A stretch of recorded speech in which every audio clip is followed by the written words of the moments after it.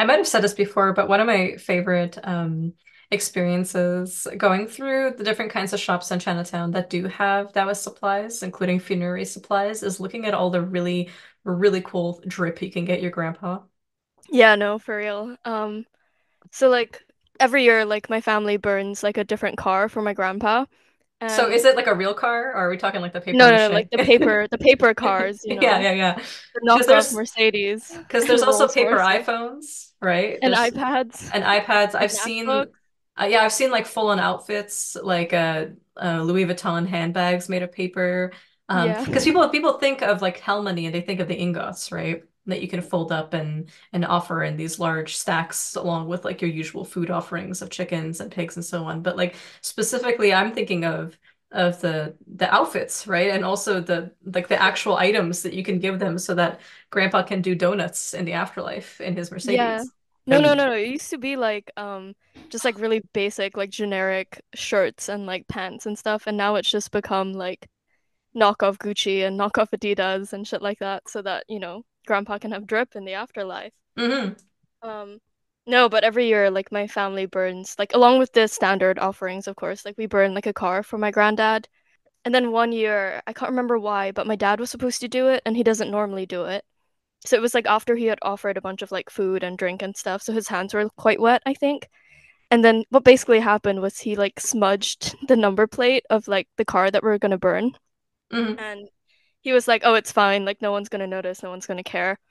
But then that night, like after we've burnt everything, he goes to sleep and he has this dream of my granddad telling him, "What the fuck did you do to my car?" Like, how am I supposed to flex this in the Yeah. afterlife when you can't even see the plates? I mean, so would there be like a spirit that would get him in trouble for not having a registered license plate?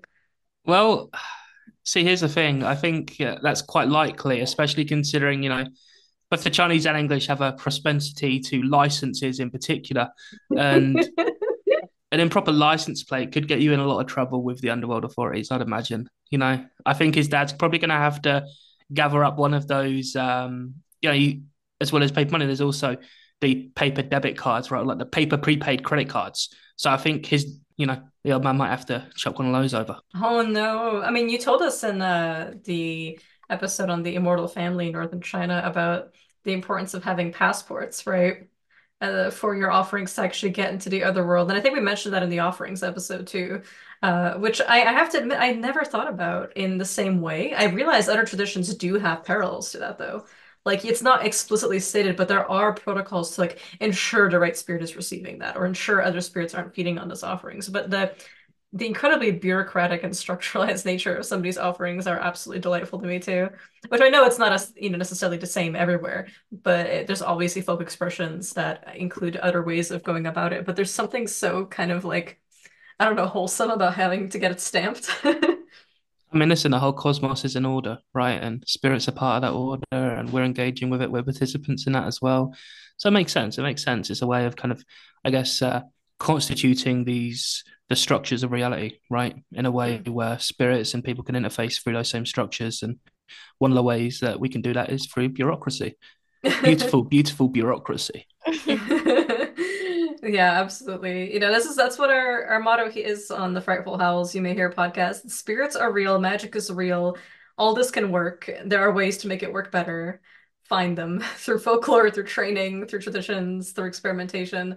And one of them is getting Grandpa to be a drip lord. What I want to know is the older ghosts going, this generation, like when they see their descendants walking around in all this finery, a nice Supreme shirt, like is great granddad looking at granddad and going, ugh, no taste. Probably. Probably. Listen, well, when we all pass one day, we can receive bubble tea offerings instead. That's all I want, really. Hmm. Keynote for my descendants if they find this. I want the boba. I want the drip. I That's want what the I want. tapioca pearls, I want the grass jelly, and I want the taro pudding. Yeah, I want all the toppings, please. Thank you. Spare none.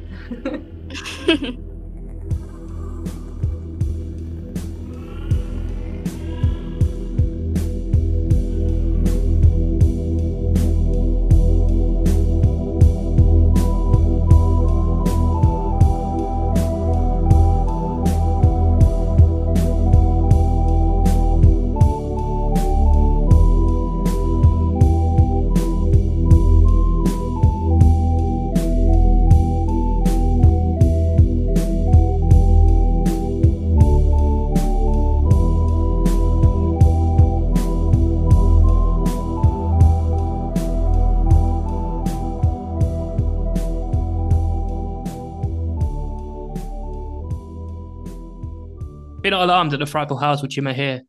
It's Finger, Salt, and Bagua Mirror Key. Today, I am indeed the Bagua Mirror, the alternate being the bureaucrat of the spirit world key. Yes. I mean, you like giving orders enough for that to actually count too. Oh yeah, make sure that all the T's are crossed, all the I's are dotted, and that you have put the appropriate postage on your letters to the dead. Yeah, yeah, yeah, absolutely. And today we're joined by Red Who, a very good friend of ours. You can find her at Witchcraft in Red on Instagram, and she's also got a great website, witchcraftinred.com. Thank you so Mhm. much for being here. We're so excited to have another guest feature. Our rule is it has to be a personal friend, so there's so many excellent interview podcasts out there that go into occultists and their work, and we just want to feature friends because we have like three kinds of episodes, right? We have our folklore deep dives, we have our practicums on magic, and then we have guests where we talk about something together. And you might think, okay, surely you've had enough Fox episodes. And the answer is no.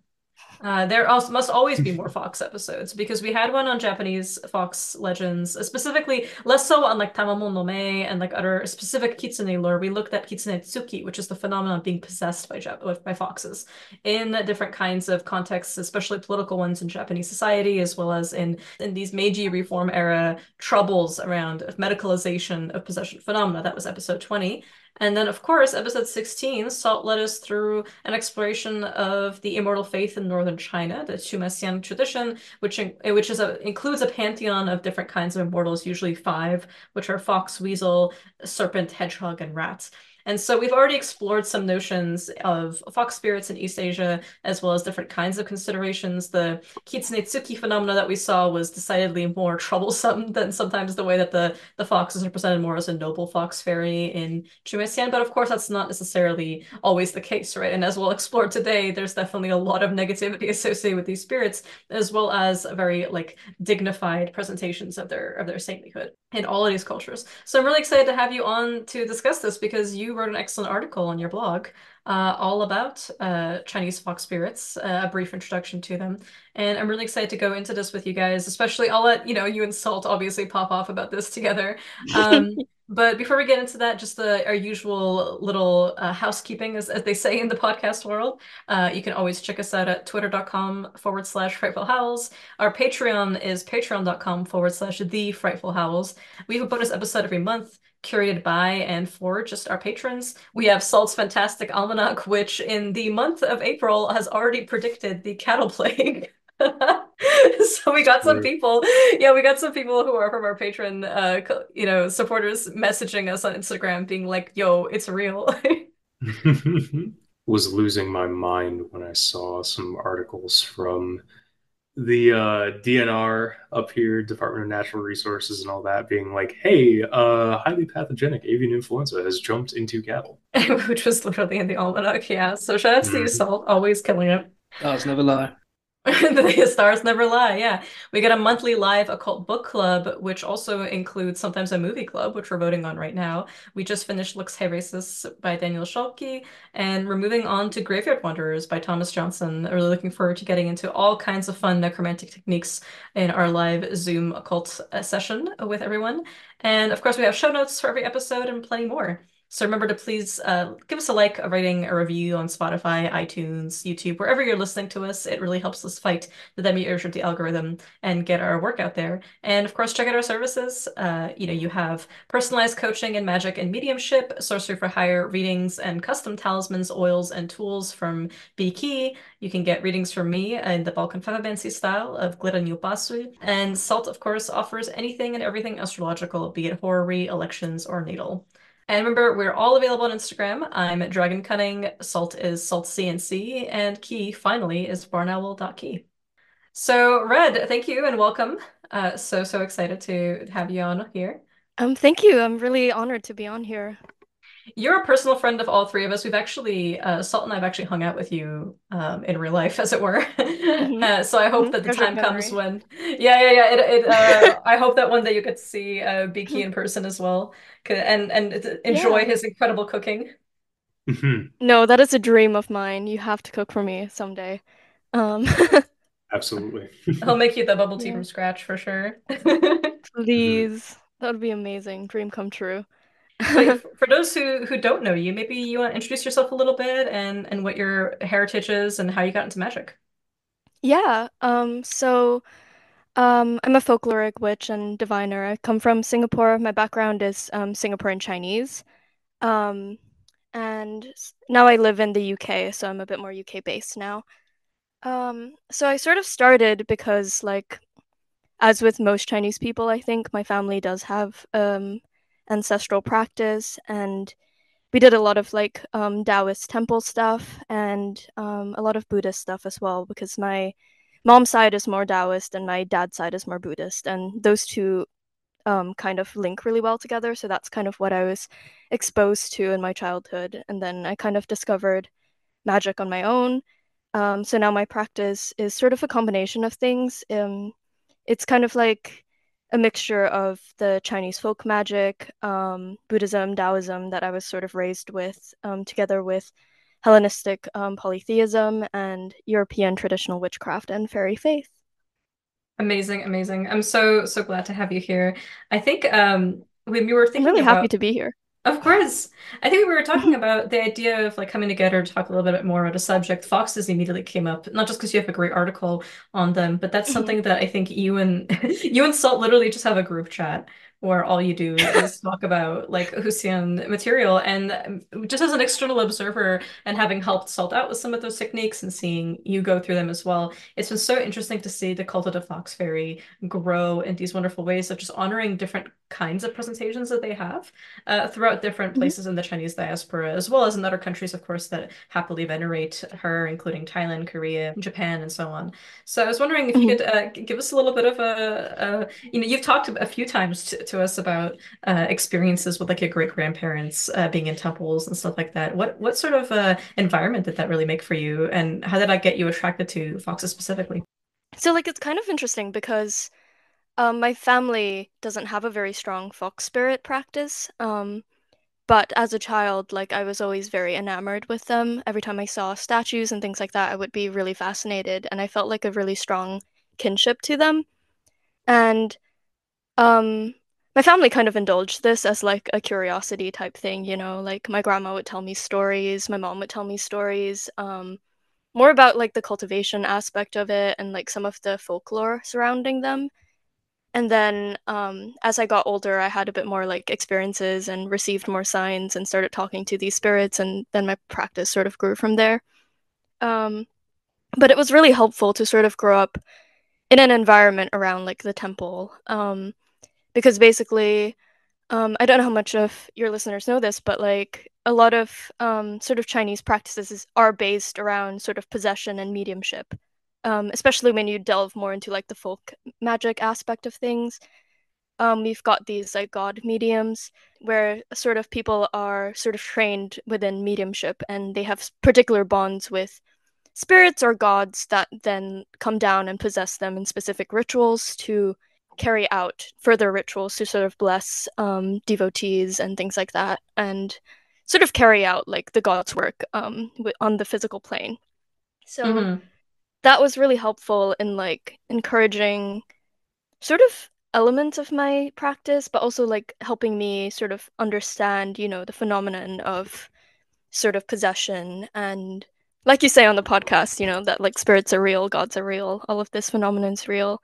Because I've seen some really, truly like incredible things, like people being able to like endure very like to endure like cuts to the body made with like swords and things and come out completely unscathed, or like people passing their hand through fire or like being impaled and things like that as part of these rituals. And sort of I think seeing that like physical evidence when I was really young was really helpful in developing my understanding of it, with sort of spirits coming down and possessing people that they would then use as their mouthpiece or their sort of stand-in to do business with townsfolk. Mm-hmm. I sort of go into this with my article a bit more, but like specifically with fox spirits, they were known to kind of approach specific people and like tell them, hey, like I really want you to be my medium. And I know like in the context of things nowadays of like the whole like chosen one stereotype and things like that, that might be seen as a really positive thing, but in that time and even now actually, like being chosen as a medium for a spirit or a god was quite a bad thing. Um my Like your grandma life was completely over at that point in the conventional way, right? Yeah, exactly. Like my grandma has stories of people that were really frightened by this. Like they were actively avoiding it, you know. They were like, I don't want this, like leave me alone. They would ignore the spirit. They would sort of shut themselves in their house and things like that, or like pretend it didn't exist and try and make it go away that way. But then either they would get really sick, people around them would get really sick, people around them would start dying. A lot of like really horrible things would happen as the spirit was sort of like basically blackmailing them to agree to become their medium. And like the main reason this was such a big thing of like that people didn't want was because, like you said, their life was essentially going to be over. But um, it's not. It's a bit more than that, you know. It's like the way you were seen in society would change. The duties you were expected to fulfill in society would change.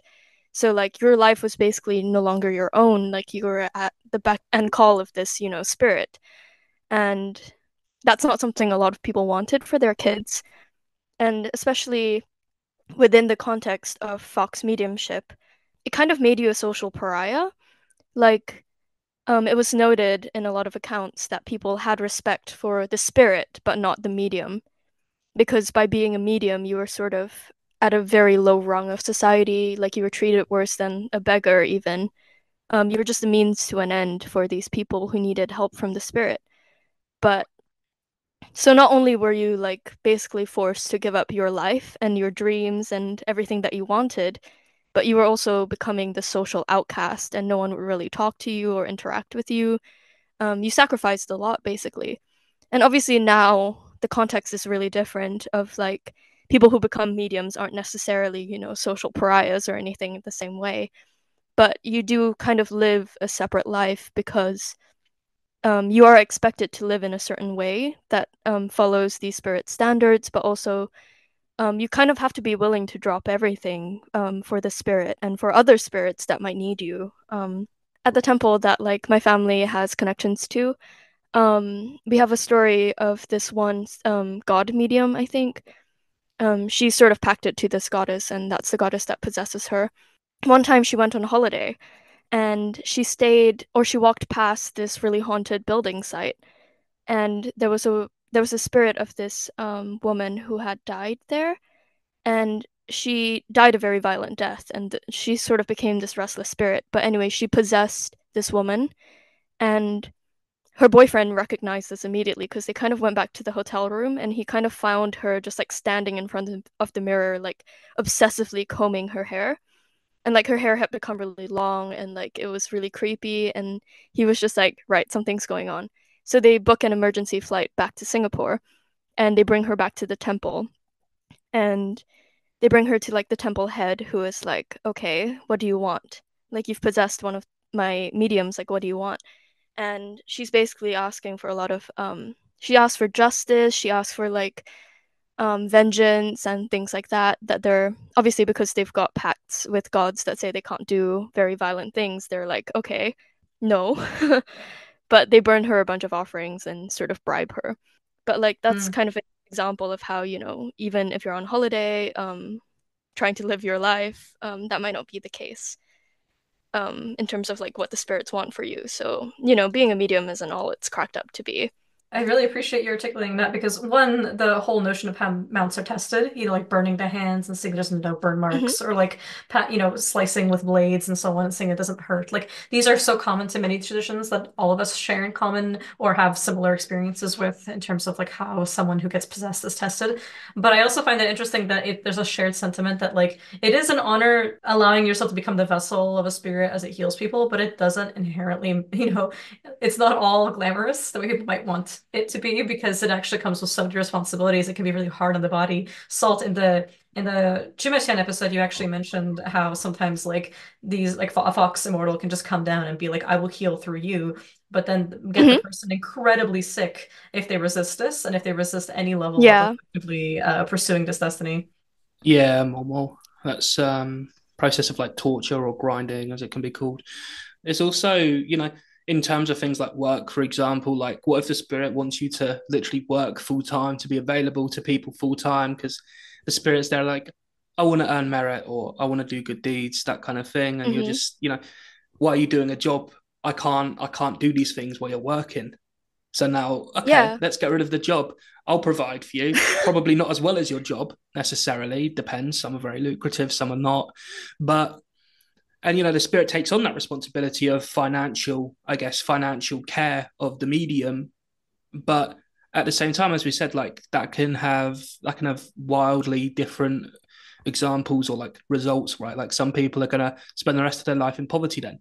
Other people are gonna spend, they're gonna have a decent income from their work as a medium, but it kind of varies, that variation. And that's I think also one of the like riskier elements involved in that process.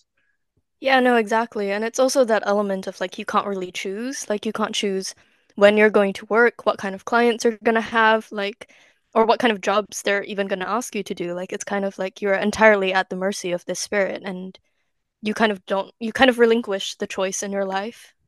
And I remember even you telling me about this story in which someone was like, we might have even alluded to it on the podcast some time ago, of like somebody who got possessed and then the spirit hopped from their body into another person's body, and then it hopped from that person's body into another person's body, and they went all the way from a Mm. completely different country and like through Cambodia and Thailand, then eventually made it into Singapore.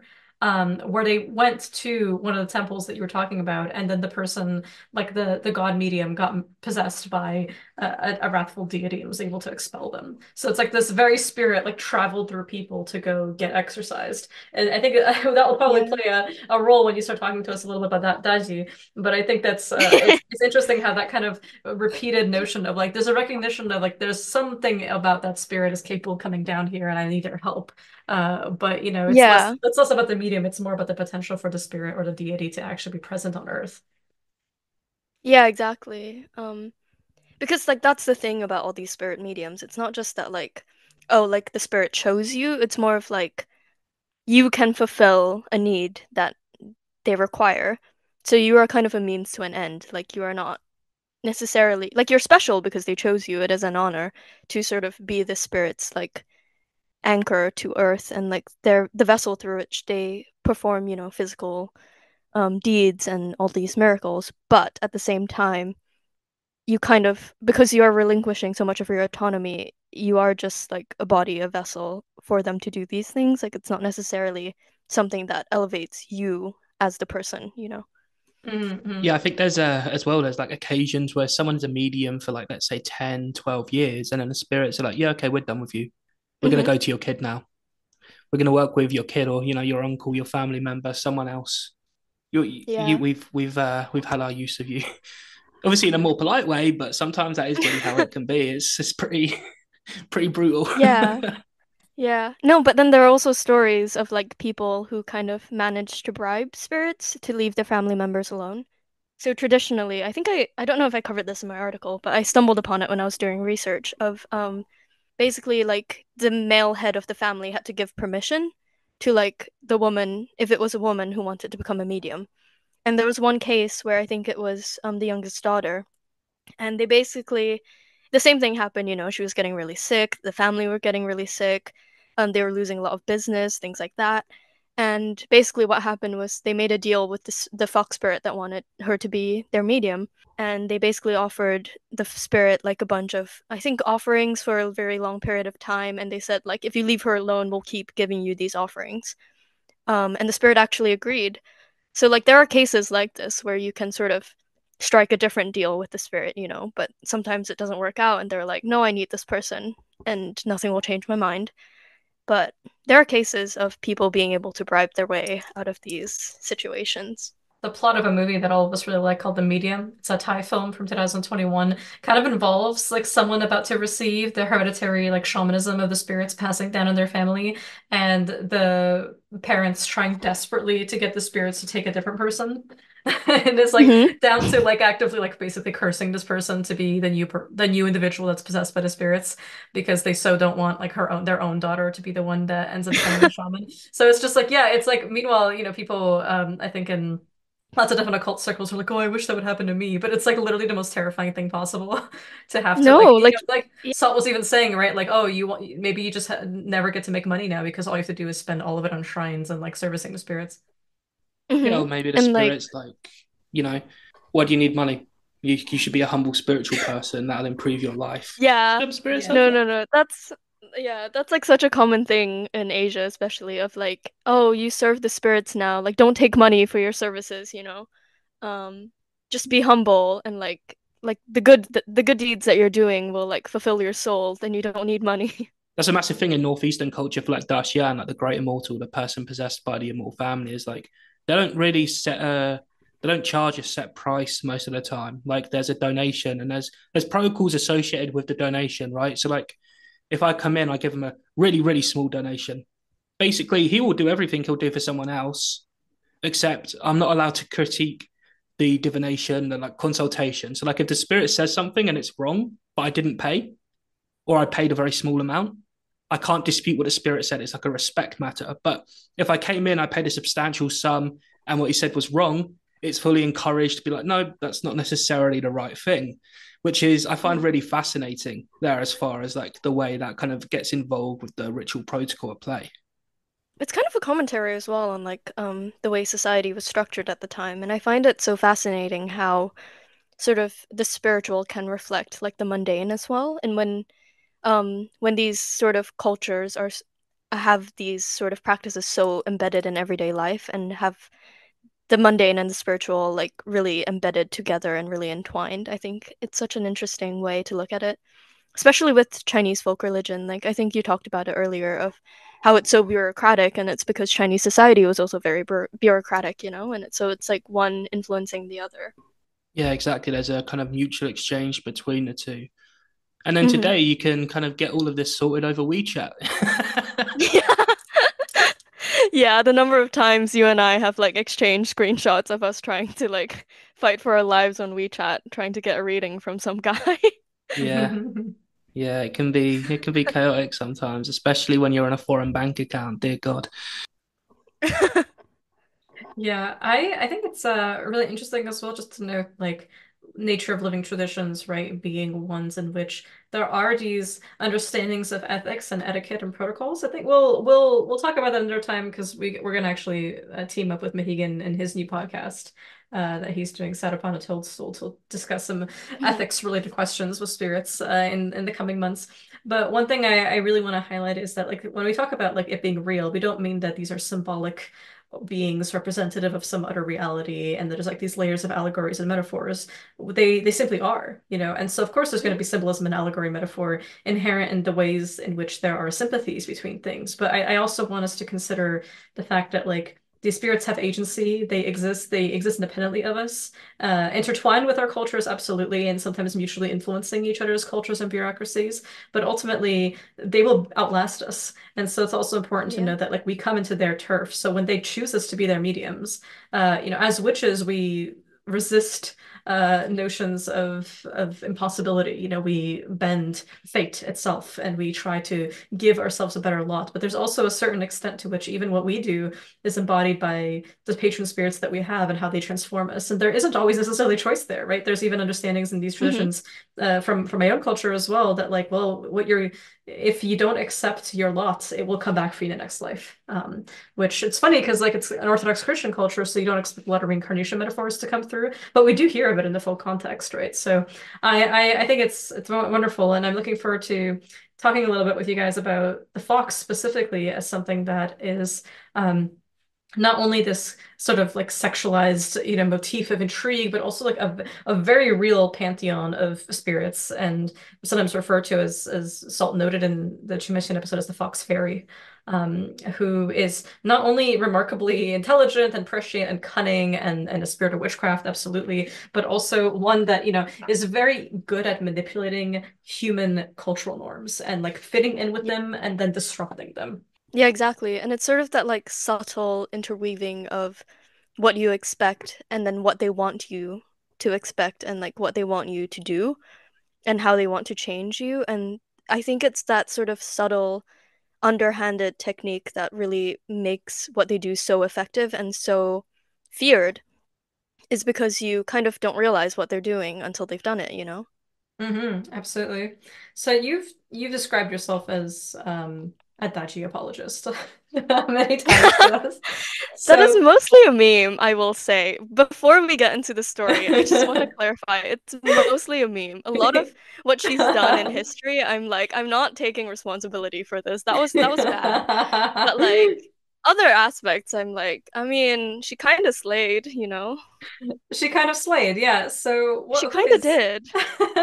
who is Daji exactly? Because we've talked about the fox as this incredibly cunning, fairy immortal. In Chimasyan, we've noted that it's male and female foxes alike in Japan having these remarkable abilities to possess people and to particularly, be quite overwhelming with their power as well as their demands. But Daji is at the center of a lot of these myths and is kind of prototypical for Mhm. a lot of them. Who exactly is she? And why does she slay so hard? So she's kind of the most like famous, I would say, fox spirit in history, probably the most influential as well. Um, and she's kind of responsible for a lot of the enduring cultural memory of, fox spirits as like these great seductresses. And okay, so Tati as like this figure was originally not thought to be a fox spirit, but like actually a human woman. She was born to like a noble family and very renowned for her beauty. Um, but what happened was that her family failed to pay tribute to the emperor. And so, knowing that the emperor has like this big weakness for women, he basically offered his daughter as a peace offering to stop this big war. And that's like the main sort of setup behind the story. But what people don't know, and this is, I'm taking this mainly from the Fengshen Yan Yi, or the Investiture of the Gods, which is like a 260-page novel chronicling like the fall of the Shang dynasty and the creation of new gods. And it mainly features Dati and her shenanigans because um, she was a very key character in the sort of folkloric memory of how this whole thing played out. And there are a lot of folk stories about this, but this is like the enduring text, I would say, that goes into the story in the most detail. So this starts with the Emperor Zhou, who kind of offends this goddess Nuwa because she's the overruler of, she's sort of the celestial sovereign of his state. And one time he visited her temple and he kind of fell in love with her and then defaced her temple with really offensive lewd poetry that he writes to her in a misguided attempt to seduce her. And she gets really upset by this. And so her solution to get revenge is to summon a fox spirit to engineer the downfall of him and his kingdom. And what she does is she offers this spirit immortal status in exchange for the fox corrupting him so thoroughly that his people have no choice but to rise up and overthrow him, and she kind of destroys his entire legacy. This is very important to remember because a lot of things unfold, not necessarily in the way that I think Nuwa wanted, but the fox spirit kind of just went really hard. So she's like the original femme fatale. Yeah. So this fox spirit then goes to Tati on like the night before she's supposed to go to the emperor, before like the handoff, you know. And it's believed that she kills Tati, whether literally or by symbolically ousting her spirit from her body, like casting it out and essentially making her a ghost, and then possesses her physical body in order to seduce the emperor. Um, and the emperor, upon seeing her, becomes so enamored with her because obviously, she's a fox girl. She's got that magic. And he begins to neglect like his state duties and affairs in order to court her and ingratiate himself in her affections. And he does a lot of things. He builds her zoos, he builds her palaces, he commissions artists to write her poetry and songs, often very lewd, and choreograph like body dances to appeal to her love of music and dance. Um, so like he's getting really distracted with a lot of frivolous stuff. Like anytime anyone at court attempts to protest, like they're basically killed or tortured or whatever. So everyone at court's living in fear. And Tati herself is said to enjoy horrific punishment, and that her greatest joy was to hear people cry out in physical suffering. And she's a fox spirit, so she doesn't understand that much about humanity, and she's quite curious. And oftentimes that manifests itself in very cruel ways. Like one time she saw a man walking barefoot on the ice, and she wants to know how he can do this. So she has the emperor order for that man's legs to be cut off so that she can study it. And at one point, she asks for a pregnant woman's belly to be cut open so that she can see what was happening inside. Dachi, original scientist. Yeah, she's on the Aristotle mindset. Yeah, woman in STEM, you have to support. I'm gonna come. That's a joke. Please don't cancel me.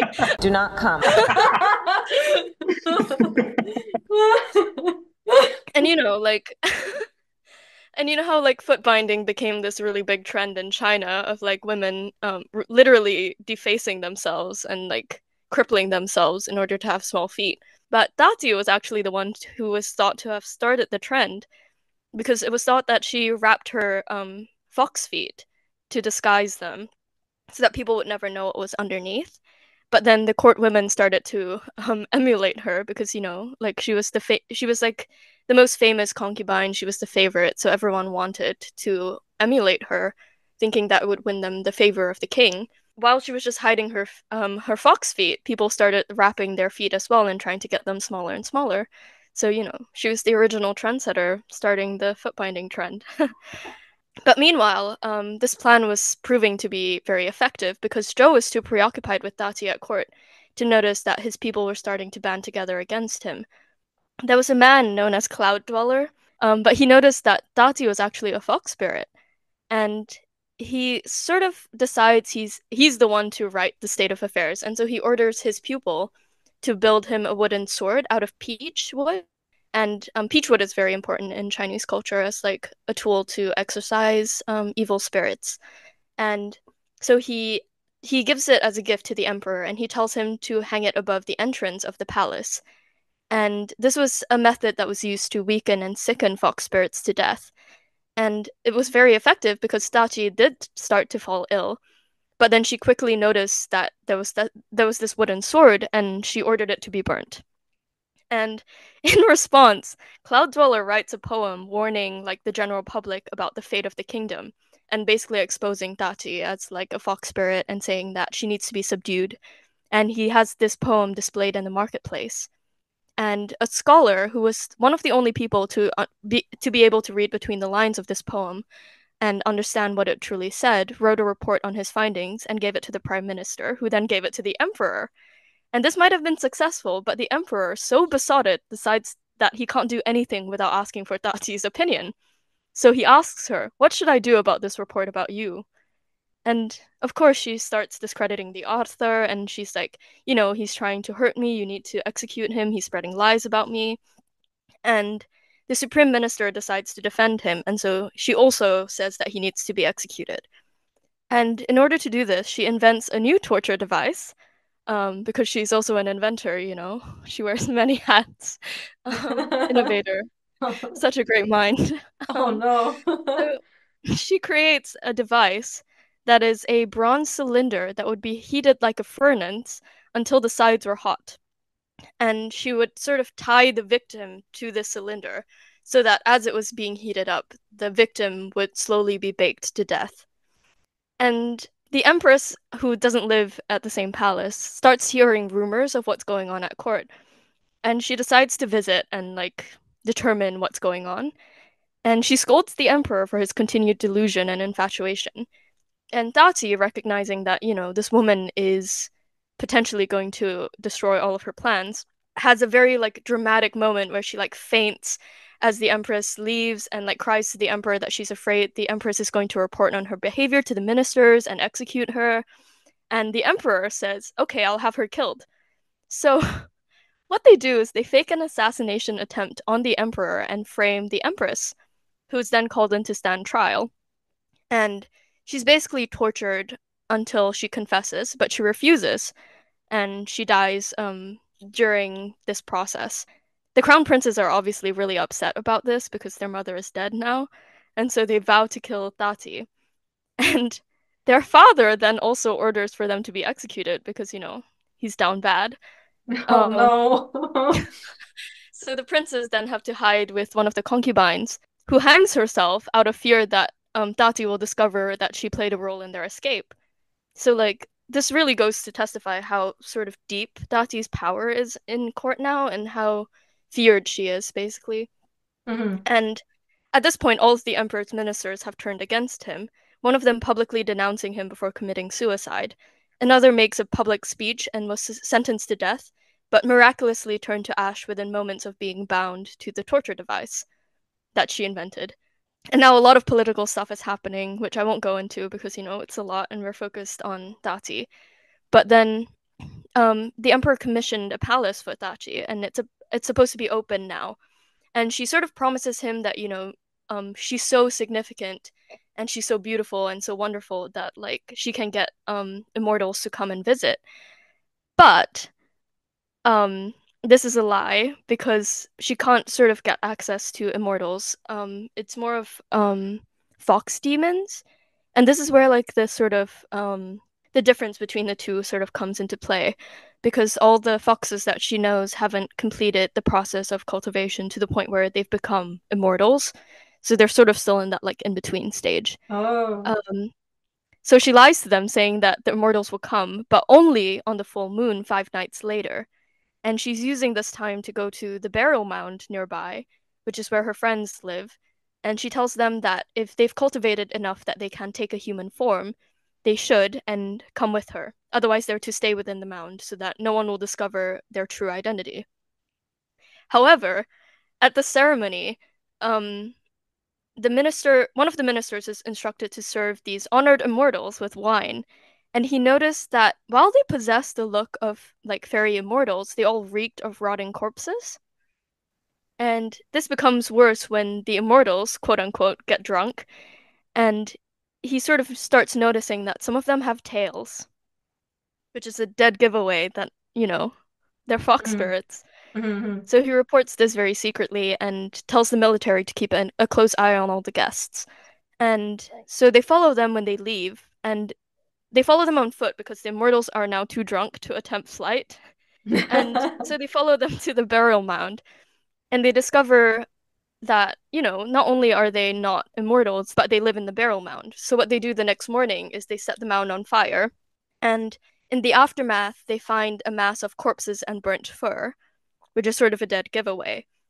And so they skin the unburnt fur from the corpses and they turn it into a fur coat, which they give to the emperor as a sort of subtle warning to Tati, who recognizes the insignia of the foxes and realizes that they are the foxes that are related to her and that came with her to this gathering. So in retaliation, she feigns this very drastic sickness, like, oh my god, I'm so sick, help me. So she does this with a combination of potions and glamours, which of course fox spirits are known to be masters of. And she basically creates a scheme that convinces the emperor to cut out the heart of the minister who was responsible for this attack, because she claimed that a soup made with his heart is the only cure to her illness. At this point in time, a lot of the people are starting to rally, and eventually they're making their way to the palace. Dati and her allies sneak out before they invade, and they try to sort of subdue the enemy with their power. However, the enemy unfortunately are prepared for this, and they've hired a lot of skilled magicians who are able to subvert Dati. And at this point, Niwa, who is the original goddess who hired Dachi, appears and takes her and her allies into custody and hands them over to be executed. They are then scolded before their execution for, eating the palace servants and concocting plots to kill palace officials. And Tati basically like says, "Oh, I'm just a girl, like I'm not capable of all of these things. I'm just this guy's daughter. I'm not like a fox spirit. I'm so innocent." Ooh. But no one believes her. And so her allies are all executed. But she escapes execution twice because she bewitches the executioners, the different executioners, I must say, into falling in love with her so that she can escape. However, they finally bring in this guy with a magic sword who manages to kill her. She endured a lot of worship after this, like her cult kind of spread quite far in China, and she became one of the most notable spirits in cultural memory. Um, and the story kind of reveals a lot about the nature of fox spirits because one of the things that she asked the emperor for was sort of to build her a forest complete with ponds of wine and trees of meat, which is literally just meat hanging from trees. And she would make like disobeying ministers, palace maids, eunuchs, and things like that wrestle within, where the losers would be beaten to death with golden hammers, and their bodies would be strewn around this forest. And this wasn't just like a weird means of torture and humiliation, but it was actually designed to feed her, because she would venture into the forest at night in her fox form to eat and feast on the bodies. And they were also like at parties, guests were often encouraged to, take part in orgies and things like that. And all of these served to prove that like not only was she doing cultivation, but she was also feeding on not just the flesh, but also the energy that was produced from their fear, the orgies, everything, in order to boost her own power. And also, there were details within the story, like at one point, Tati's sister was killed, and because she had access to the body, she sort of gave the sister part of her own cultivation. And it was said in this novel that fox spirits who had cultivated for 5 years could then use that cultivation to revive previously cultivated spirits if they had their body. So even though, they were dead, they could sort of bring them back to life. And so this story kind of provides a very illuminating account, not just on the nature of fox spirits, but also as a cautionary tale and as a sort of guide to the influence that they could wield. Because this wasn't just about her wielding her influence on one guy, it's literally her bringing about the fall of an empire. And it's also like a warning to people that are like thinking, fox spirits are harmless. Because as much as I joke about this, it was pretty bad. And even the goddess that hired her didn't anticipate how bad things would get, That's why she turns her over for execution and doesn't kind of go through with her end of the bargain of giving her immortality, because she's kind of so horrified at the extent to which Dati submitted her subjects, because the goddess is obviously still responsible as the celestial sovereign for the well-being of these people. So at the same time, like as much as I meme, this does go to show like how dangerous these spirits can be, not just to men, but sort of anyone that's sort of, caught in the crossfire as well, or anyone that just happens to be around, because they have a lot of like their taste in entertainment can be quite dark.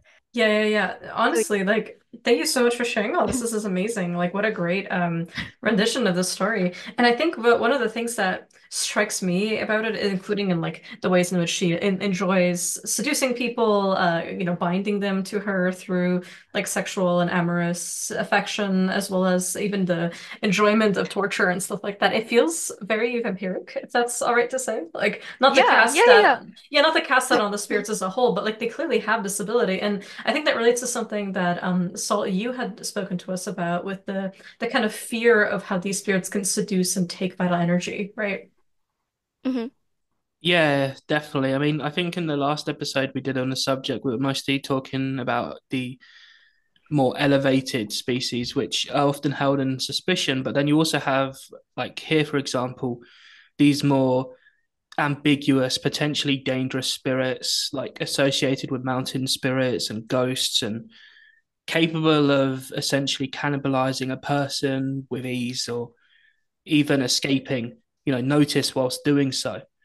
Yeah. yeah. And I mean, it's also thought that like these spirits, at least those who are sort of in the more like morally ambiguous side of things, were thought to boost their own cultivation by sexually vampirizing men, which is where the sort of succubus comparisons come into play, and why they're also so feared amongst, humans, is because of that like more dangerous comparison. So you're totally right in the fact that like there is a sort of vampiric association with them.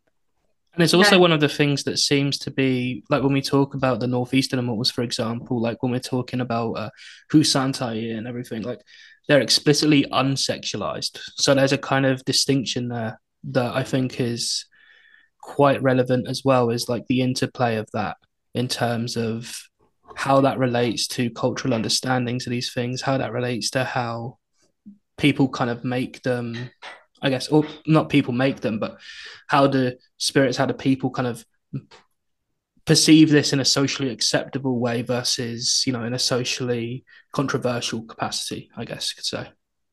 Yeah, I think that it's always good to note, right? You talked about like grandpa and grandma who as being very non-sexualized, but then you also have some of these stories and maybe that's not just like Dachi's reputation herself, but also other kinds of anxieties, very similar to the ones that we mentioned in our third episode on were-tigers, this idea that like the female were-tiger specifically is dangerous and can steal, vital force from the men that she seduces and can even violate these kinds of understandings of women's roles or place in society by like eating her husband, eating her children, going against the role of being the subservient, housewife, for example.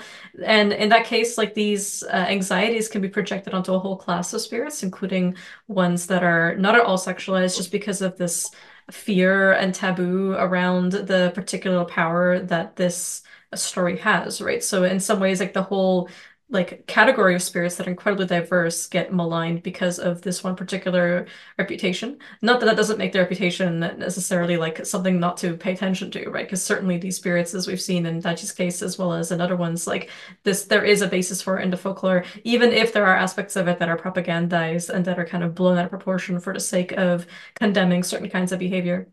Yeah, I think even in a case where there is a kind of separation, there's also like there's a level of transcendence past that. Like this is a quality that was possessed prior, and it's something that is overcome in the course of the spirit. I guess elevation, for lack of a better word, or immortalization might be more apt here. I was Hmm. actually came across the story for the first time reading Jason Reed's book, Fox Magic.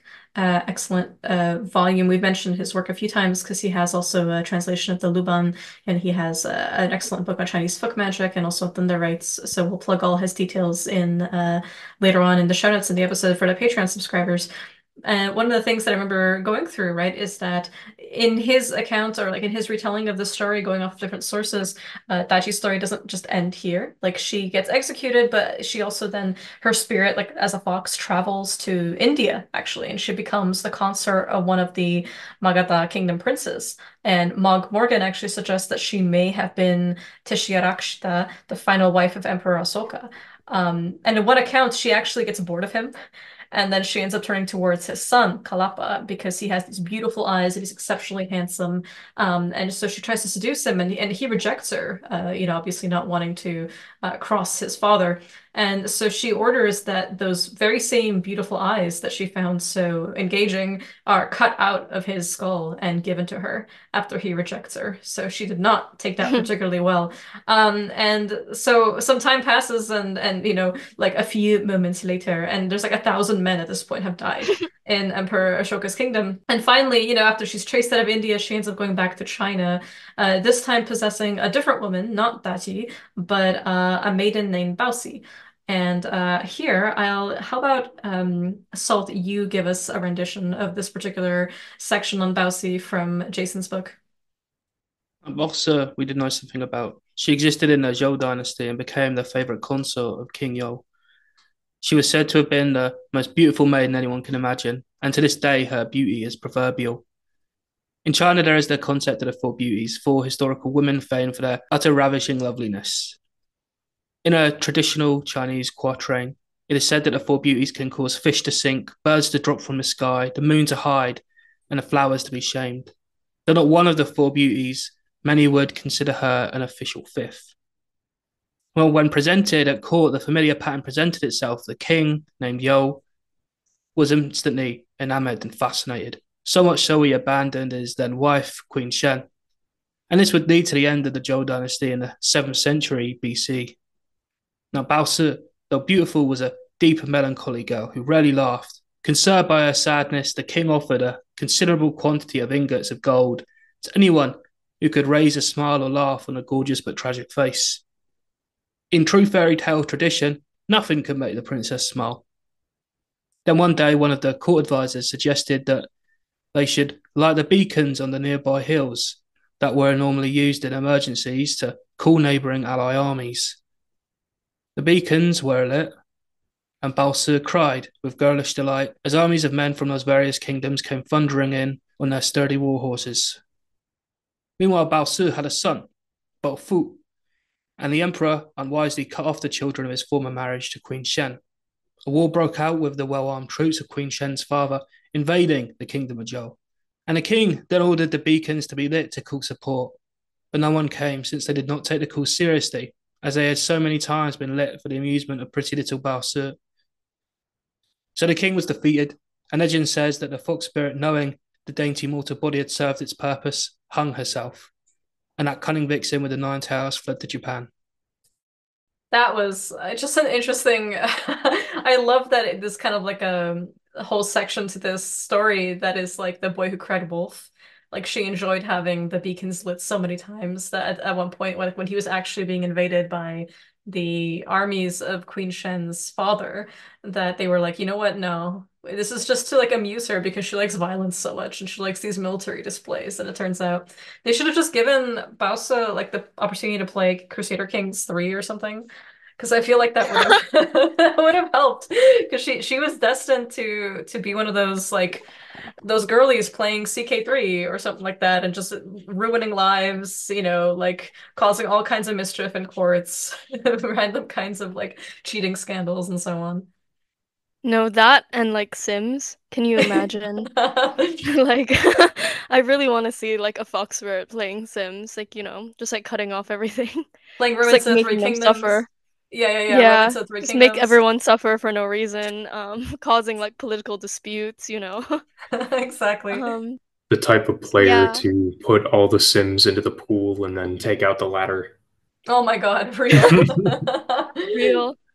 And of But like it course, also goes to show like the sort of mischievous, capricious nature of these spirits, that sort of endure, whether this is the same spirit or not, like. yeah, because once she realizes she's done for, she's like, I'm out of here. And she goes off, apparently to Japan, because it's not, this is very Plato and the Phaedo. Sorry, I have to bring in Plato every episode, but like, the whole like, well, or also the apology, right? Like, I'm not my body. So if you hurt my body, if you kill me, if you feed me hemlock, I'm fine. My spirit is who I am, and that will be free now. And so, yeah, according to Hmm. this account, she then goes to Japan. And this is where she becomes possibly the most famous kitsune of all, Tamamo no Mae. Shout outs to our Kitsune Tsuki episode 20. We don't talk about her too much, but we do mention mostly the possession phenomena. And here, Ki, maybe you can give us a little bit of a rendition of what exactly happens in Jason's book. The wily spirit entered the body of a baby girl that had been left abandoned by the road. She was found and adopted by two loving parents who named her Mikizume. She was highly intelligent and by 7 years old could recite difficult tracts of Japanese song and poetry. The fox spirit, or kitsune in Japanese, was again hatching her plans even as she masqueraded in the body of a young girl. Famed for her ability in poetry, she was introduced to the court of Emperor Toba. The emperor and all of the court were captivated and delighted by her performance, so much so that she was made a permanent member of the court. Mikizume grew to be a beautiful maiden and was renamed Tamamo no Mai, literally Lady Duckweed. The first inklings of her supernatural nature occurred on her 18th birthday. She was required to give a poetry and song recital to the gathered court. During the recital, there was a sudden storm, and wind moaned through the court, extinguishing all the candles and lamps in the palace. However, the beautiful Tamamo seemed to glow with breathtakingly lovely iridescence that filled the court with light. It was deemed that the fair maiden was spiritually blessed by the heavens. Little did they know that, in fact, it was the wily, thousands of years old nine-tailed fox, enchanting them into their coming destruction. The old emperor took a fancy to the beautiful Tamamo. There had never been such an ethereal beauty in his court as her. Her black hair, piled up in the fashion of the time, revealed a long neck that accentuated her grace. Her pale, snow-like skin was without a single blemish. The eyes were large and almond-shaped, and the mouth small yet sensuous. The emperor spent all his days and nights with the maiden, yet others noticed that he was falling under her control. This wasn't merely love, but an obsession. In lovemaking, the maiden fulfilled his every desire, and desires beyond which he had ever known. Yet instead of invigorating, the sex was destroying him. The kitsune was draining him of his essence. Tamamo seemed to become even more beautiful, but with every entry into her, and I quote, Jade Cave, Oh he no. weakened. Her Jade Cave. The almighty Jade Cave. the Jade Palace itself. Wet ass P word. Also, I sorry to pause you there. One, the Jade Cave must be noted, but two, she never quits. Like she doesn't like she has endless energy to keep doing these pranks. Like she's like, new Mhm. civilization, new emperor, let's go. Yeah, and she never gets bored. She's like, let's see what chaos we can cook up today. Mhm. Um, every day I wake up, I choose violence, you know? Yeah. Limited stem, choosing violence. Massive. I think like also the element of the sexual vampirism comes across really well here, Hmm. of how, they're very sexually knowledgeable, but every time you have sex with them, they're kind of feeding on you, and so it starts to destroy you and like make you sick and weak and everything because they're feeding on your life force. Real. Um, yeah. She's here to steal your Jing, gentlemen. I'm gonna come. My God. Real. So she's draining so she's draining his essence with every entry into her jade cave, weakening him. And and then what happens to our poor emperor? Soon after this, the emperor became so ill that it was obvious to all the court. Finally, he could not even raise himself from the royal cot. Good jade cave got you like. P word. He's like the dehydrated alien meme. Yeah, the one from Mexico. Yeah. Yeah. Just a desiccated corpse, you know. Yeah, yeah, he's like, please, my The love, sex so good that you become a corpse. yeah. It's like, please, anything but this. This is what happens when you say like, oh yeah, baby, I can handle you. Let's go all night, and then they don't realize that like spirit is like slurp, all of your jing out of your body. Yeah. So, attached to every court, there were occult specialists. These were the followers of the way of yin and yang, or the onmyoji, skilled in the arts of divination and spells. One of these onmyoji was named Abe no Yasuchiba. He examined all the signs and at once knew Lady Tamamo for what she was. Yet he also knew that he should be cautious. He praised Tamamo for her spiritual attainment and beauty and invited her to a special Onmyodo ceremony called the Taizan Fukun no Sai. This ancient ceremony was developed in Taoist China. It is the most powerful and revered of all the Onmyodo ceremonies, was said to be able to even revive the dead. The central idea is to call Lord Taizan and the gods of death to lengthen the life of the sick individual. I think it's also like a good opportunity here to note that something my family told me about fox spirits is that because they spend so much time cultivating, and part of their cultivation is that they have to have done good deeds and like served either fellow animals or humans in like a good way. Even when they misbehaved and they had to be punished, a lot of gods and people would be very hesitant to carry out capital punishment because they kind of respect the level of dedication and commitment that the cultivation requires and the sort of good deeds they have to build up. So even, if they've done something horrible, like they are still sort of revered and like recognized and praised for the fact that they've done these things in the past. And so they are punished, but not necessarily um in very extreme ways. And that's just what it reminded me of when you said, even though he was being cautious, like he still sort of praised her for her spiritual attainment. Yeah, totally. So, the Onmyoji and the Fox Maiden sat to perform the ritual and proceeded to chant the ritual and offer the letters of request to the gods. More spiritual bureaucracy, gang. Near the climax, the young maiden suddenly gasped and, in the blink of an eye, vanished before all the spectators. Her nature had been revealed to the astonishment of the assembled courtesans. After the incident, two samurai lords were dispatched to catch Tamamo. The samurai eventually traced Tamamo to Tochigi province in Japan, alerted by rumors of missing women and children. He cleanly chopped off the physical body of the ancient Kitsune, and immediately her spirit leapt into a rock, still now known as Seisho Seki, the killing stone, where it can be visited today. Actually, the Seisho Seki, the Killing Stone, cracked in two in 2022. There was interesting like news articles absolutely everywhere saying that it's contained in Nikko National Park, which is about 100 miles north of Tokyo.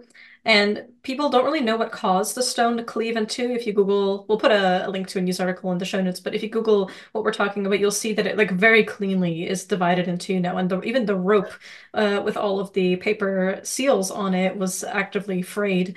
It seems to be because the cold winter months contributed to the cracking or potentially because of just because the water comes into the cracks and it freezes and it expands, and after many, many years of, of this, eventually it splits in two. But it said that Tao no Mae was trapped in this rock for about 900 years.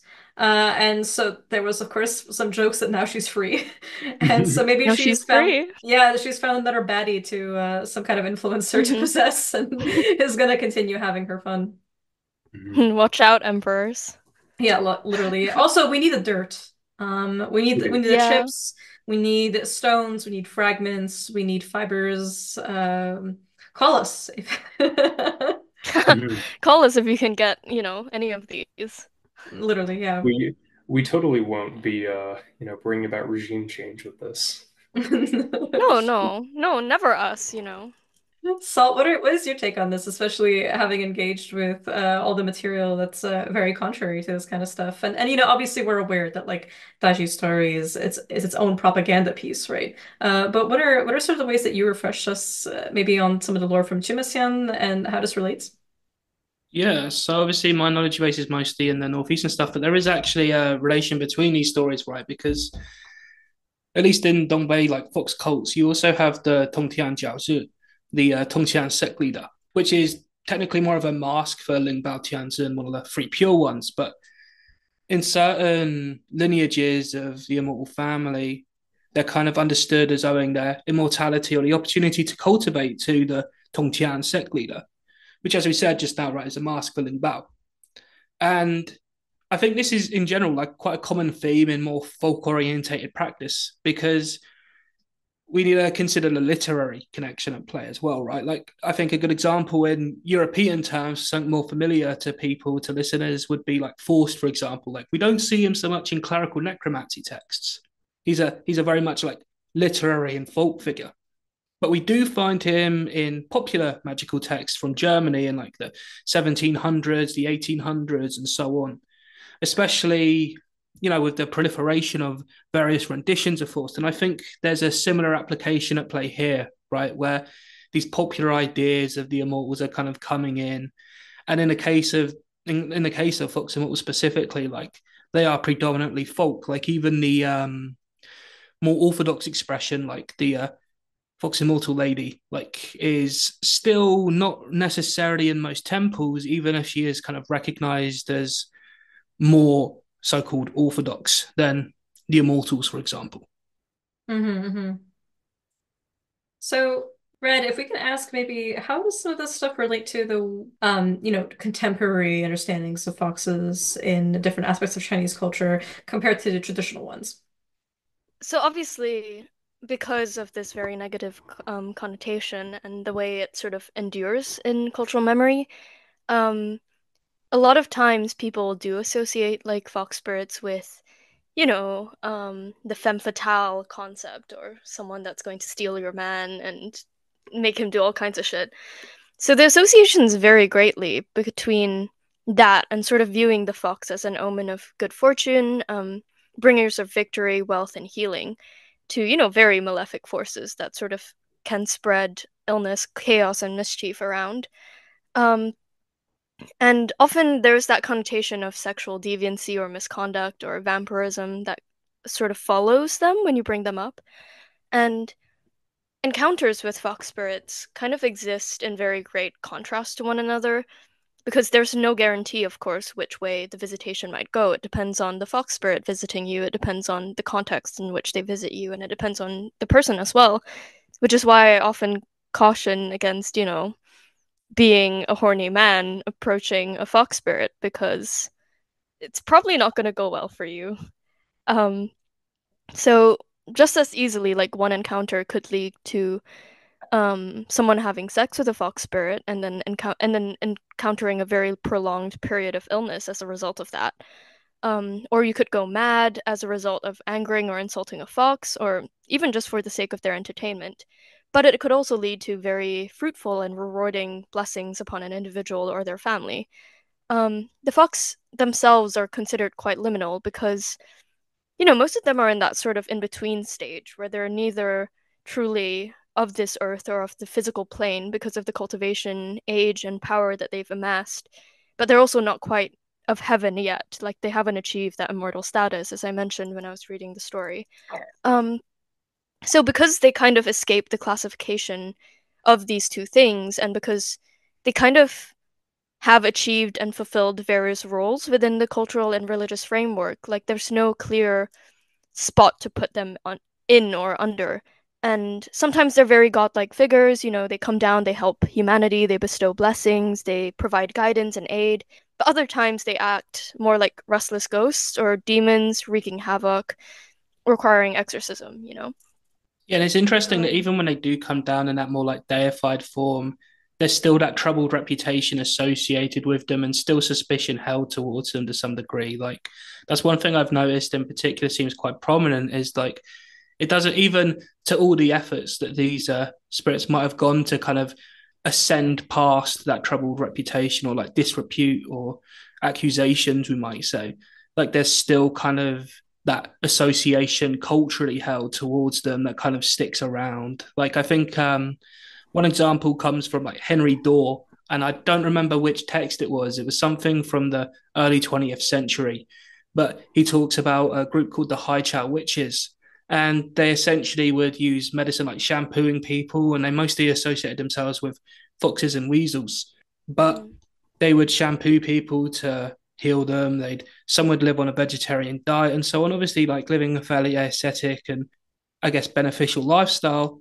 But then they mm, were also kind of known for engaging in impropriety and those kinds of things with the help of these spirits, which is, it kind of shows like even in this case, like if you asked them personally, they probably would have denied that. Whereas if you ask the next door neighbor, he is probably going to level that kind of accusation at them, which I find really fascinating here. It kind of shows like the interplay.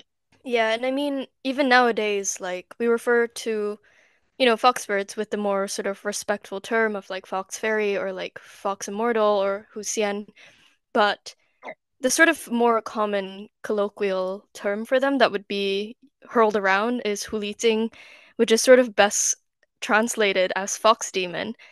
And it refers not just to the sort of more harmful version of these spirits, but it's often applied to sort of denote a beautiful, promiscuous, and often morally corrupt woman, one who is thought of capable, aspiring to, or having already stolen someone's usually male partner. Um, so it's not uncommon to hear of, mistresses being labeled as such, or for people to think that literally some mistresses or women conspire with fox spirits to steal people's partners, or that someone who is very lucky in love is in league with a fox spirit. But I just find it interesting how sort of the two have become almost conflated, where sometimes even people will just call people Huliting without sort of thinking that they're in league with a fox spirit, because that's sort of the enduring cultural memory of these spirits and the way that they're used. And I think sort of Daji and like that brand of fox spirit has sort of perpetuated that image. And so this kind of illuminates the context through which they're viewed in modern society. Like a lot of times they're portrayed as women, often young, although many fox spirits in sort of traditional folklore were noted to be male as well. And I mean, Salt mentioned, some of them were old and quite desexualized. And it's true, fox spirits were said to have varied in age when presenting themselves in human form. But nowadays, I think the more popular interpretation of them is that they're often young women. And of course, foxbirds are noted to be very talented shapeshifters and very well famed for using beauty or sexuality to get their way, which is, of course, a very valid reason for why this connotation and association exists. But I think it's also really important to remember that not only are they very good shapeshifters, but they can present themselves in all different forms, whether that is a young man or an old man or an old woman. And it's also important to note that their more benefic aspects are less commonly mentioned, but perhaps rightfully so, considering how dangerous they can be and that the fact that the cautionary tales really far outweigh the stories of positive experiences. And as many elders have warned me before in real life, these cautionary tales are not without merit as well. Fox spirits, not just because of the liminality of their classification, but also the wide scope of their abilities and the inherent wisdom and cunning they possess, are very well known to be difficult to exercise. There are cases where they've sort of pretended to have been exorcised or even taken the form of the god that the exorcist is calling upon to exorcise them in order to pretend that, they got exorcised. But then later on, we're seen walking around again and even like winking at the exorcist, sort of being like, oh, you didn't get me, that kind of thing. That's kind So of they iconic. play. Yeah, yeah, exactly.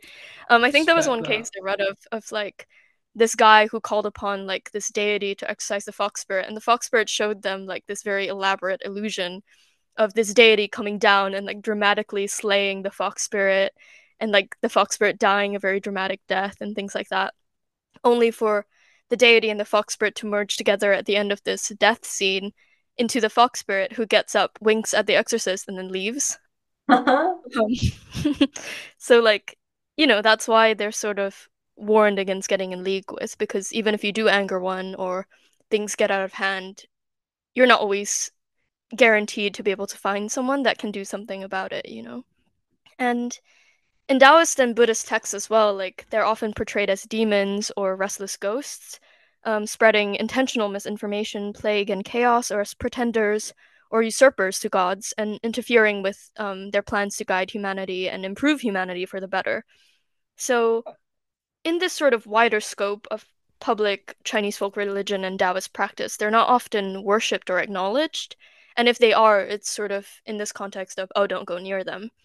Um, However, their lore still endures and remains very prevalent throughout Chinese circles, and the folkloric memory of them continues to inspire a great deal of storytellers, most notably in film and television, where they are revived and reintroduced, but again, often in the capacity of a capricious, beautiful femme fatale. But that said, they're often relegated to the realms of sort of superstition and fiction. But um, certain temples exist throughout Asia, although of course they're not particularly numerous or well advertised, but they're sort of dedicated to Huxian, who worshippers can come and petition for aid with regard to affairs of the heart, household, money, or healing. Yeah, there's I think in the south of China especially the Fox Immortal Huxian Yang Lady Yang. is quite prominent. Yeah. And especially associated with the Tianshu's mansion, which I think is kind of a legitimization to that particular immortal, in that she has a tie to more orthodox religion. Whereas when you go up north, they're quite often, even when the disciple is saying, "Hey, these are earth immortals. These are practically saints. Nearly, they're nearly there. They're nearly there." And then you have everyone else going, "They're mountain spirits. They're ghosts and demons, man." And I mean, I think one of the reasons why as well, like not much standardized procedure or like public temples exist for fox spirits, it's because even traditionally, fox worship was usually done privately and within the context of someone's home. So, these people would have family altars set up for fox spirits, as opposed to in a public setting and within the context of a public temple.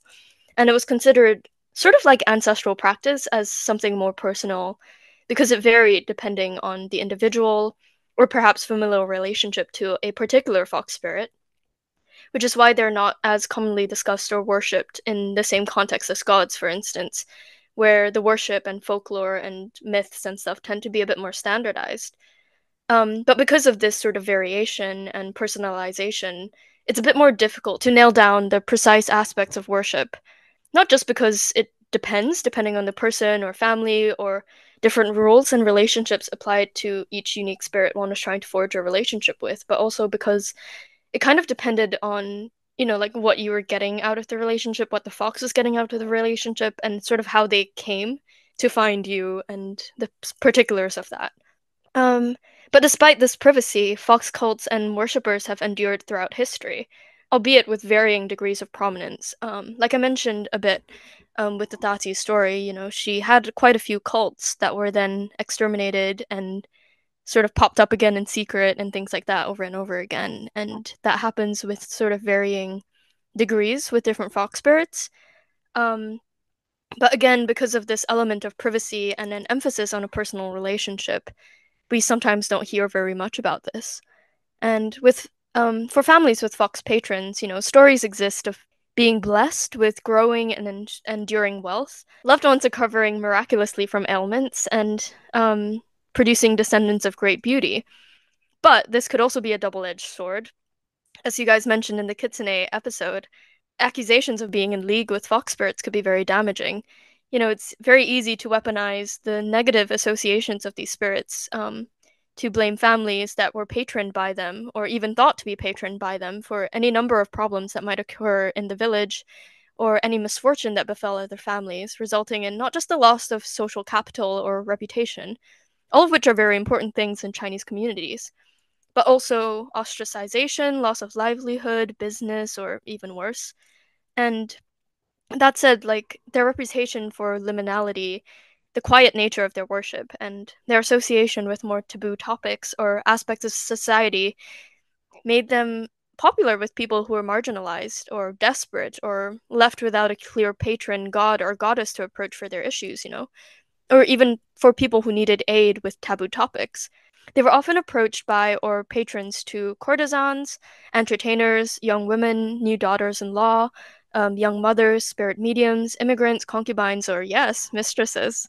All of which, of course, fall under the sort of difficult realm of not knowing where to place them. So they're also very liminal, but they're also, people who need help with things that might not be considered as moral in the wider brand of society, but there's still a gap that needs to be filled, and the fox spirit sort of filled that for them. Wonderful. I think it was Salt that actually put me to the excellent book by Xiaofei Kang, The Cult of the Fox, which Mhm. you also were touching on earlier, because it's an excellent, Yeah. ethnography of really like what does fox spirit worship look like today across Mhm. multiple different Chinese contexts. And I especially love the notion of like cultivation through worshiping the Big Dipper as well as the moon. I remember you Mhm. texted me once because you were in England and you were like walking home and you saw a fox staring at the moon, like just in the middle of nowhere, and you were like saying, Yeah, "Oh my God, she's cultivating." she is. I was so proud of her. I was like, "You go, girl. Get that cultivation." Um, Absorb that essence. Snatch that cheese. yeah. No, but yeah, the Big Dipper was a very important part of sort of cultivation as well, because obviously everyone mentions, the cultivation via the sun and the moon and absorbing energies from those two celestial bodies. But the Big Dipper was also mentioned as a very important element to cultivation, especially with regard to shapeshifting. So I've just pulled some quotes from The Cult of the Fox for you to read regarding sort of the importance of the Big Dipper with regard to cultivation and also with regard to the process of foxes transforming and shapeshifting into humans, particularly, but also kind of the role the Big Dipper plays within Chinese cosmology, but also, their significance and sort of the role that they played within Chinese culture and folklore and things like that. A Tang anecdotal account further explains fox metamorphosis as a form of popular magic. When the fox is about to hunt, it must wear a skull and worship the Big Dipper. If the skull does not fall off, the fox will be transformed into a human. Another alleged eyewitness account specifies that the transformation takes place in a deserted graveyard under the moonlight. The fox picks up a skull and puts it on its head. It then shakes its head, abandons the skull if it falls off, and chooses another one. It tries 4 or 5 skulls until it finally finds one that fits snugly. Then it picks leaves and flowers to cover its body. As it looks here and there at the leaves and the flowers, they all turn into clothes. In no time, the fox turns into a woman. The relationship between leaves and flowers I find really interesting, especially like we see that in European fairy lore as well. But there's also I've seen accounts of like armies of foxes and weasels that kind of their weapons are leaves and they turn to leaves after the fight's finished, that kind of thing. Like I like the enduring association there. Yeah, I also love that almost like a hermit crab. Like the fox is picking through the skulls until like one fits perfectly, like a kind of crab Yeah. shell, you know. But then it's interesting, you know. I wonder, is it the size? Is it the placement? Is it the kind of nature of the that person? Like the foxes themselves engaging in necromancy in order to cultivate. And you know, because I remember, so you were saying the reason why it's fox, weasel, serpent, hedgehog, and rat that are usually, like there are some variations, but usually the main five animals that are considered part of the immortal family is because they have the easiest time cultivating. And it's interesting too that like the fox out of all of them is said to have potentially the easiest time of all, being, you know, a balance between yin and yang, whereas the serpent is very yin and the weasel is very yang and so on. But here we have this notion of like the fox imitating human cultivation by wearing a human skull in order to undergo this metamorphosis into a human woman. I always love the idea that like the feet of a spirit are, you know, when they touch the ground, are still going to be the original animal. That happens in so many different traditions, from fairies to jinn Hmm. to dragons to foxes, right? It's always the feet because it's where they touch the ground, it's where they're manifesting, it's where they can't fully hide their human nature. So they might have to wear a very long skirt or robe to kind of cover them, or they might wear special footwear or even binding the feet in this case, to kind of prevent that to be spied, because otherwise it's you know, usually that's one of those things that you see as well when people are trying to figure out who is the spirit in the village. Like, you know, it's like, well, lift up your you know, your skirt, let's see your shoes, Yeah. let's show your feet, you know, so we can know who it actually is. Even that came up a lot in the Were Tiger episode as well. Like even when the ears and the tail and the stripes were perfectly hidden by glamours, like it was always the feet that were off. Hmm. Yeah. Feet finder. Oh no. Show us the feet. No. No, but I also find what's really interesting about this is sort of I find that there's this like connection between sort of mask work and glamours and the sort of idea of the skull, you know, needing to fit perfectly. But also like the skull is a sense of like it is a type of mask because it goes entirely over the face, over the head, and then it becomes, you know, like the face of a human, which is what the fox is trying to achieve. So I wonder if when the fox sort of transforms, they end up wearing the face of the person whose skull they're wearing, and maybe that's Hmm. why it's important for it to fit, you know? Absolutely.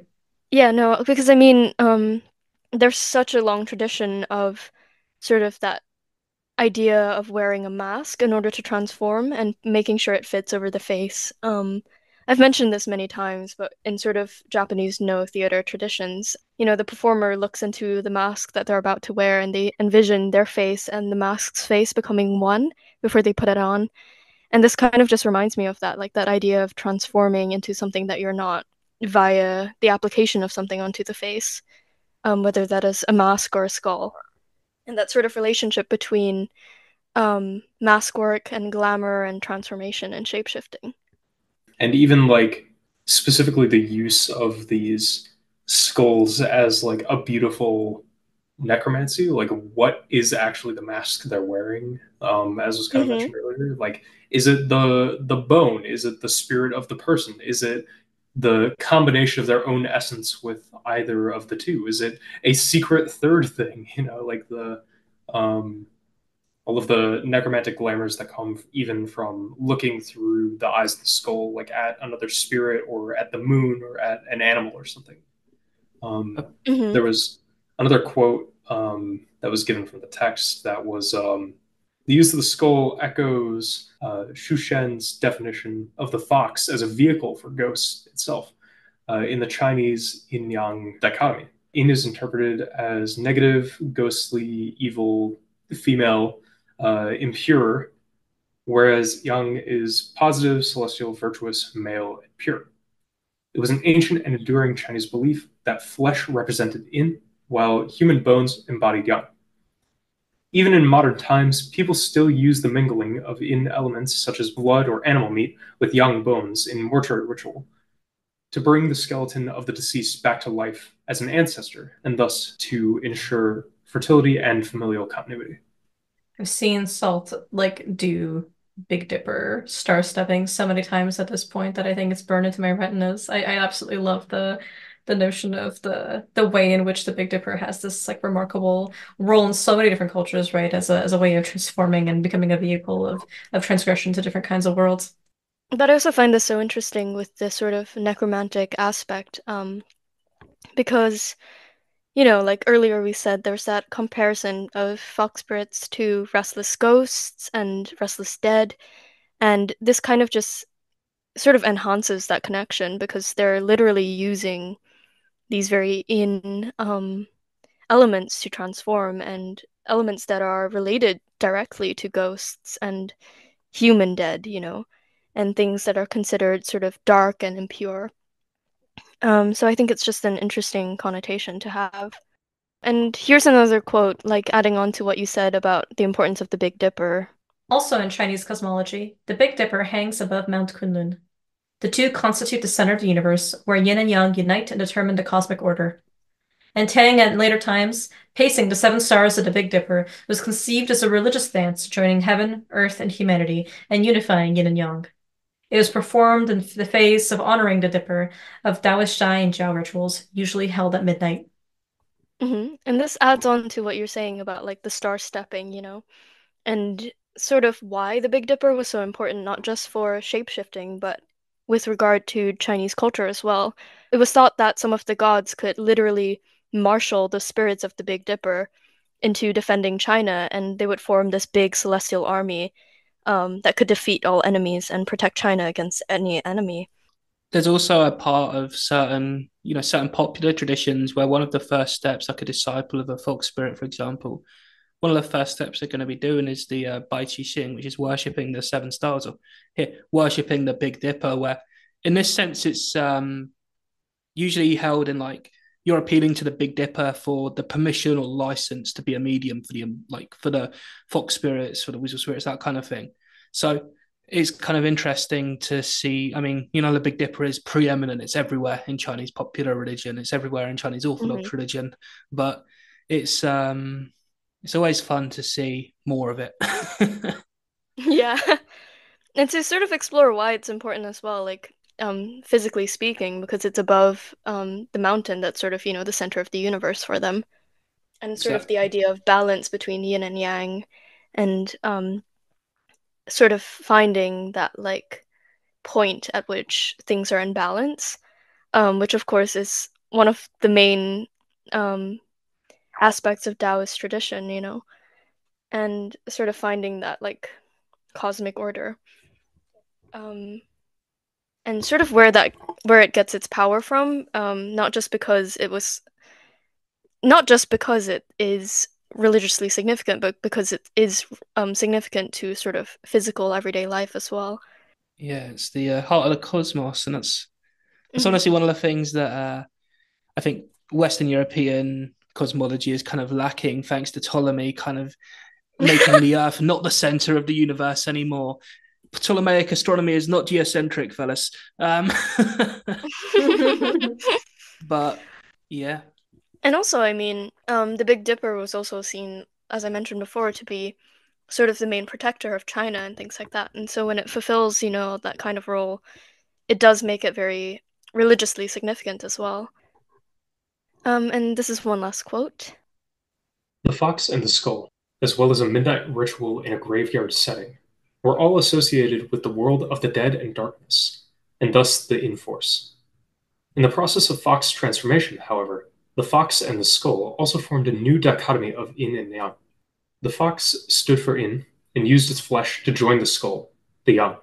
The worship of the Big Dipper served as a ritual of joining, and during which the fox yin yang would gain vital energy to assume the human form. I really appreciate you pulling some great quotes for us from this book, as well as from Jason Reed's Fox Magic one. We've shouted out Jason Reed quite a few times in the show. It's honestly because it's an excellent Mashon course coming from his own lineage, as well as a Fox Magic course available that you can find on his Twitter, which is twitter.com/Chinese magic, magic with a K, as well as his website, maoshontemple.com. We also wanted to shout out specifically the ritual that Salt and I dabbled with, well, out of the many ones that we've played around with in his particular book through Salt's work, which is the ritual to see the Kitsune foxfire. And it includes like which orbs of light in different colors show up, will also match different kinds of understandings of which kinds of foxes are showing up as well, which I found incredibly invigorating to actually go through. Yeah, it's a fun one. It's also very quick to do, folks. Like no excuses. If you're interested, just do it. And I just wanted to plug one more time your article, Chinese Fox Spirits, a brief introduction on witchcraft in red. Um, I think we've come to our close. This was an amazing tour de force of some different kinds of lore on Chinese fox spirits, as well as a lot on Daji, which is absolutely amazing. And I really appreciate your emphasis on this as a living tradition. Even just seeing your own family go through, not just incredible rituals and experiencing what it's like to have, possession take place in front of you in these particular folk contexts, but also just like I will never be over the smudged license plate. I'm not gonna lie, like that's gonna haunt me. Like the idea that one of your ancestors was like, "How can I do donuts in the afterlife with this car? It's not even working." Like, Yeah. No. No, this is such a pleasure. Thank you so much for letting me share so much of my lore and share all of this beautiful research with you guys. Like, this is a subject that's really close to my heart. I mean, you know that, and these are spirits that I have a very soft spot for and always have. So it is always a pleasure to talk about them, yeah, absolutely. especially with you guys. Aw. And I know that secrecy taboos are what they are, right? It's not like we can necessarily get into the Hmm. itty-bitty of your practice. But much like Yeah. with the episode that we did with Rose, in terms of just kind of like lore, not necessarily personal practice because of these taboos, I really appreciate what you were willing to share. And because one, it's excellent to get someone who is from the culture, speaking about this. So thank you so much. Mhm. I've plugged your Instagram and your website. Is there any other place that people Thank should you. be looking to find your work? No, that's just it so far. I offer readings on my website if anyone's interested. Perfect. Um, Shameless marketing plug. No, no, no, please plug it, plug it. Yeah, you throw the Jiaopei for them and and read the cards and see what comes up. Wonderful. Well, if you'd like a reading with Red, hop on over to witchcraftinred.com. So for the Akashic records of this episode, we got kind of goofy because we were really trying to put our heads together. And Red, what is your suggestion? I have Man-Eater by Of Nelly course. Furtado. Of course. Of course. Yeah, In well, honor mine. of Tati's meat forest, you know. Yeah, Meat Forest. Mine is not much better, to be honest. It's It Girl by Elias Interlude. Because when you shared the story with me, that immediately played in my head. It was just like, oh, whoever her reincarnation is. I mean, 2022 was when the rock split, so whoever she is now, in like 18 years, we're gonna see a force on social media of Hmm. whoever this woman ends up being. She's just figuring out Instagram right now, but when she does, everyone, watch out. She's She's gonna be she's toppling currently empires, you know? She's one of those iPad babies right now, but she's one day she will be an She's iPad just woman. figuring it out. Yeah, exactly. And then we'll all be doomed. And then my one last Akashic record for today's episode is equally silly. It's Black Magic Woman by Aziza Mystic. So Simply because more men should be on leashes. And if you see the music video, you'll know what I'm talking about. I agree. Let's put them in collars, walk them around Tati's forest. Yeah, exactly. Oh Welcome no. back, Daji. This is the Tati apologist in me. Oh no. I think we have Oh no. possibly the strongest team up ever between Red and Key. Gentlemen, be No, if we go careful. clubbing together, you know, it's over. Mhm. I thought you were going to choose, speaking of Aziza Mystic, I thought you were going to choose Voodoo Pussy or Voodoo Jade Cave. P word. But Yeah. I get honorary mention. Such a good song. Our latest set apart also comes from Jason Reed's book. This is the Spirit of the Kingdom of Dreams spell, which is actually one in which you are manifesting a soul flight experience, one of spirit travel. It's not an imaginary exercise. It's not one of visualization. It is of leaving the body in order to travel to the home of the Fox Fairy to commune with her. And it goes as follows. In the vast heavens are untold pleasures within. O vast is the world of mankind. A cool breeze comes, on the clouds we walk. Walking in the fields are the immortals, who have attained the Tao. And so the Fox Fairy is in the remotest mountains. Show us the path to the mountain of the Tao within the cave, we ask. The Hun soul flies 10 million miles to the mysterious place to